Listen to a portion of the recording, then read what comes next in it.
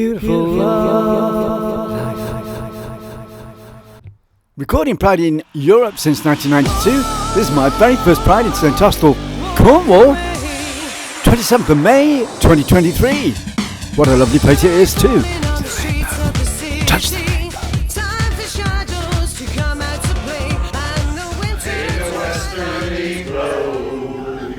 I've heard the voice on rocks far below. I know one never freed me from this land. I don't know what we're doing yet. Until the Lord calls me to sit at His hand. For this is my Eden, and I'm not alone. For this is my Cornwall, and this is my home. Hello, what's your business all about? I'm Alice Walker, and I'm the owner and one of the directors of Studio 4 Dance and Unit 4. Yeah. Unit 4 is a new community event space that's funded by European funding and CLLD. It's a really exciting new space for St Austell Town. What's Studio Dance? So we're a dance organisation that creates accessible but high quality dance opportunities for young people in Cornwall. What sort of dance? All styles of dance. Yeah. Yeah. How long have you been up and running? So Studio 4 Dance has been running for about 13 years. We were four FS Youth Dance before, but we've only been in the town for a year. So Yes. we Sorry, go on. You benefit? Is it? Yeah, so these units Yes. behind us weren't used for over 10 years. Right, okay. We've changed them into a creative space. Okay. And you get many people coming in? Yeah, so we have 105 dancers, Yes. and the community event space bringing about 100 people in weekly because we do things in the week. Yeah. So yeah. Do you have any links to the Eden Project at times as well? We've done some performances at the Eden Project, but Yeah. we're just trying to open networks at the minute. So Okay. Well, have a great day. It's Thank Pride you. in Yeah, St we're Austell. really excited. So we've got the after party later at Okay. Unit 4. It's all free. Okay, thank you very much Thank for your you. Have a great day. Cheers, thanks a lot, bye. What's your name? Ethan, Ethan, how tall are you? 7'2". 72, that's enormous. Yeah. How do you manage? Barely. Yeah, barely. Yeah. So you're trying to come every Friday in Cornwall this year? Yeah. So this is your first year? No. I think this is my third year. Yeah, okay. What's it like for you living in Cornwall? Apart from the rain, quite good. Apart from what, sorry? The rain. The rain? The rain. Oh yeah, okay. Yeah. It's good. And you're from Truro? Huh? Where are you from?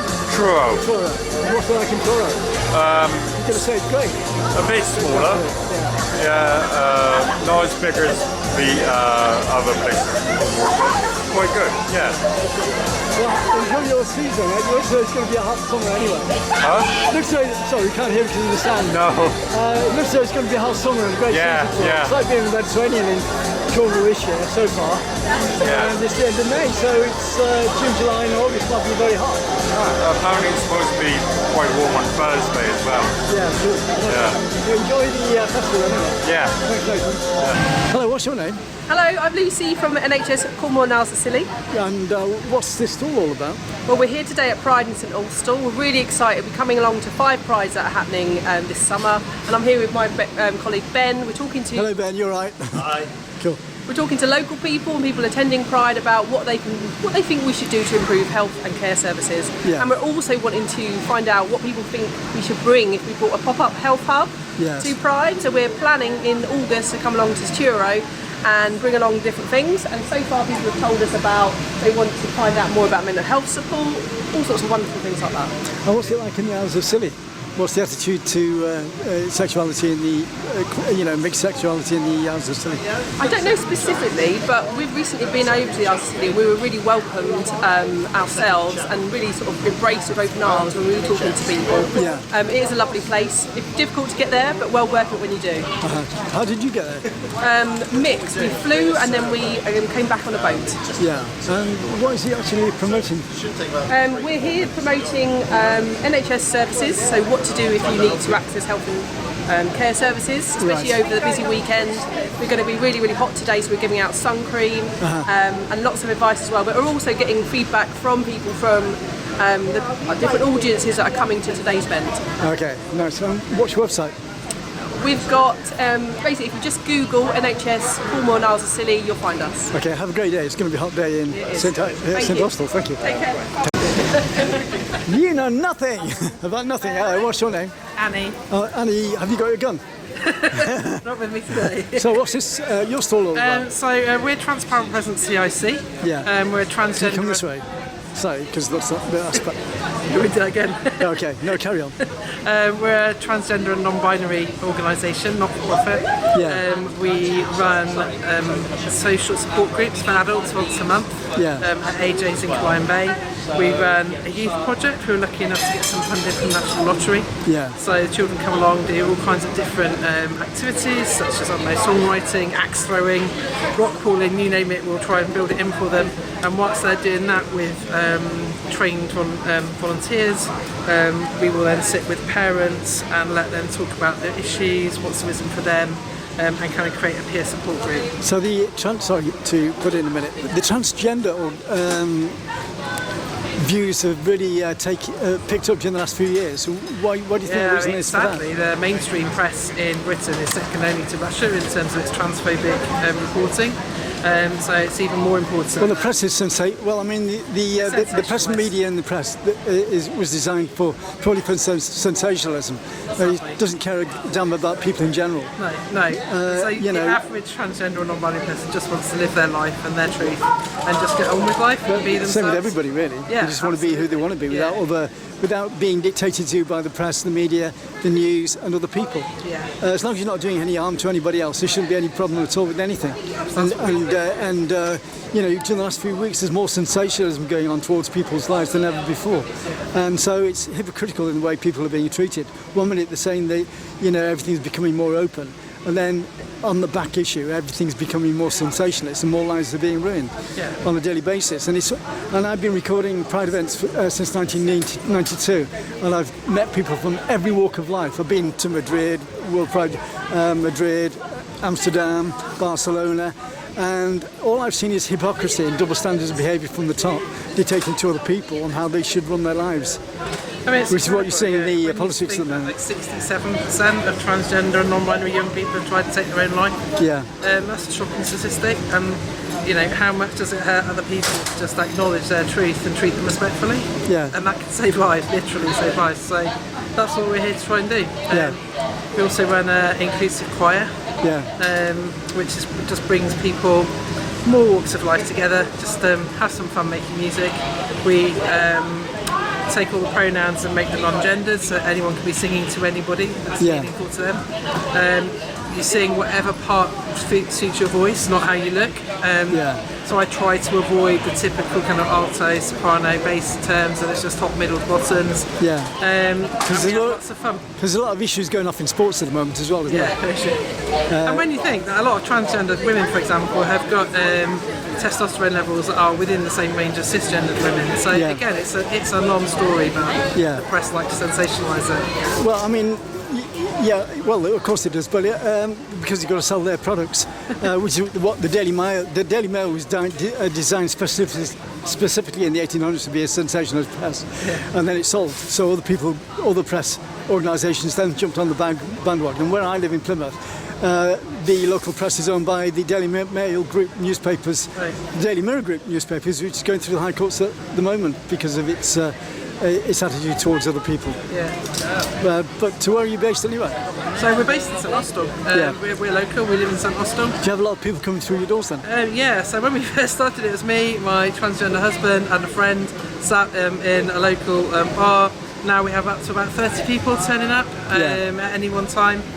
We've got a growing youth group and the choir's growing. We've got about 20 members. Hopefully there'll be about 12 of them singing later. And how often are your meetings? So the choir's once a week, the youth group and the adult support group once a month. And what's your website? www.transparentpresence.co.uk. Always get people out on that. You have to say it again, sorry. So, www.transparentpresence.co.uk. Okay, it's going to be a hot day in St Austell, so have a great one. Thank you. Thank you. Hello, what's this all about? Penguin Soup? Yeah, so Penguin Soup is a Cornwall Pride project that focuses on mental health and well-being. Yeah. So what we do is at all of our events, we set up a double stall space. We have signposting to different mental wellbeing groups across Cornwall here. And then we have a sensory friendly area around the back, which is kind of darker, have like cushions, blankets, fairy lights, and is kind of a chill zone. Yeah. I'm sorry, I missed some of that because of the background noise. Can you just go through it again? So what's so it's about relaxation, is it? Pretty much, yeah. What we do is we have dedicated volunteers who are mental health and wellbeing trained. Okay. Yes. And they're rotated on to the stall at each event. And what we have is a signposting area at the front, so that's like the front-facing bit, and then there's like a relaxation and sensory-friendly area at the back, like with fairy lights and stuff. Yeah, and what's your clientele? Tends to be quite mixed. Yeah. We attract quite a lot of the neurodivergent community because it's an area where they can access ear defenders and kind of a zone that's not so sensory overwhelming. Yes. So how long have you been up and running? Oh my gosh. So the signposting area was created by a colleague of mine. That was last year that was kind of launched, that viewed. And then that integrated into all of the events. Yes. Then I took over in August of last year. And that's when Penguin Soup as a brand was kind of created, and here we are. So where did the name Penguin Soup come from? Okay. And why? So it was a lot of brainstorming went into the idea of the name, because we wanted to give the wellbeing space a name that didn't scream mental health and put people off. With a bit of humour.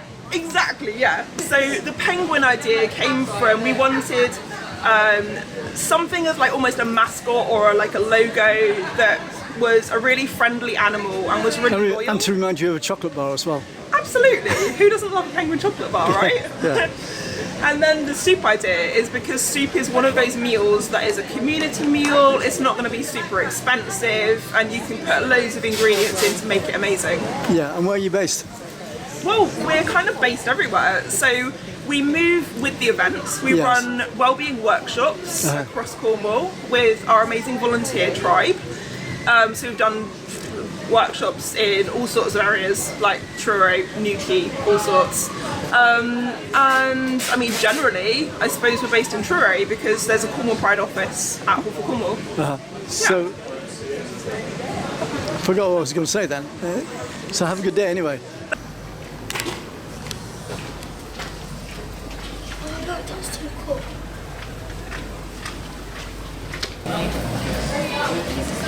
Good morning to you on a bright and beautiful morning in St Austell. What's this stall all about? This is the old curiosity shop. Our offspring decided that because they're non-binary, there was never a place that they felt represented them and didn't do things that would have helped them as they were growing up. Yes. So they decided it was a neat idea to try to start a bookshop where they could find books that represented all sorts of identities in the LGBT community. It originally started as online and just doing prides, which we started last year. We're a year old on the 1st of June. Yeah. And you're based in Plymouth? Then in October we actually got a shop, so we're based in Plymouth, but we're doing prides all over Cornwall and also Plymouth Pride in August. Yeah, nice one. So have you got a website? Yes, we've got a website which is it's on the card somewhere on the back.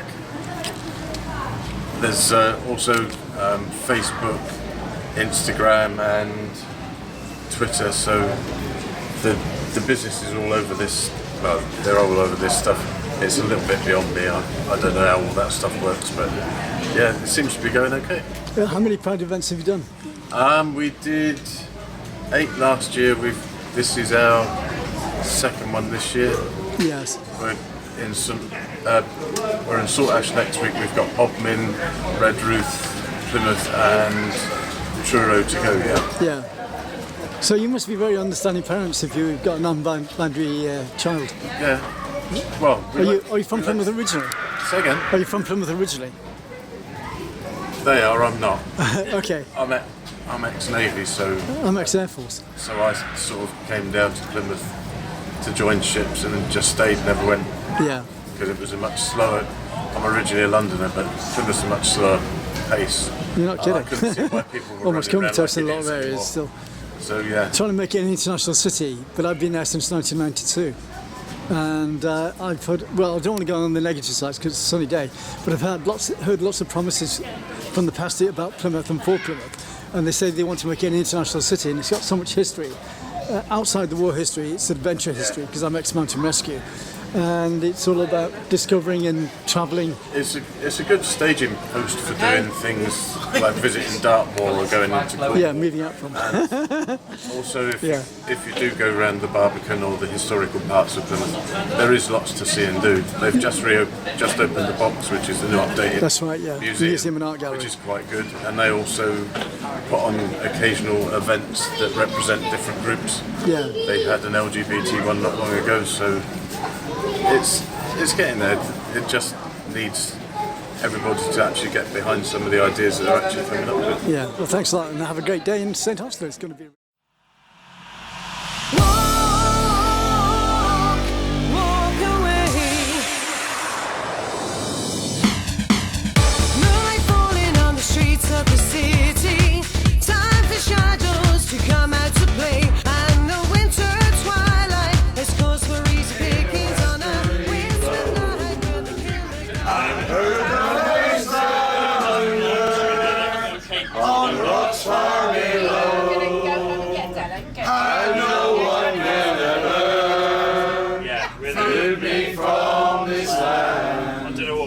Until the Lord calls me to sit at his hand, for this is my Eden, and I'm not alone. For this is my Cornwall, and this is my home. First thing in the morning, on Chapel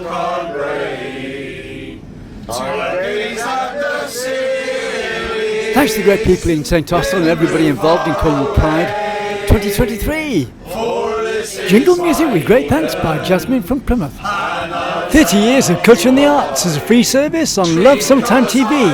Don't forget to friendly share my videos, subscribe to my channel and support me through PayPal at ccsphoto1@gmail.com. Thanks for watching the video.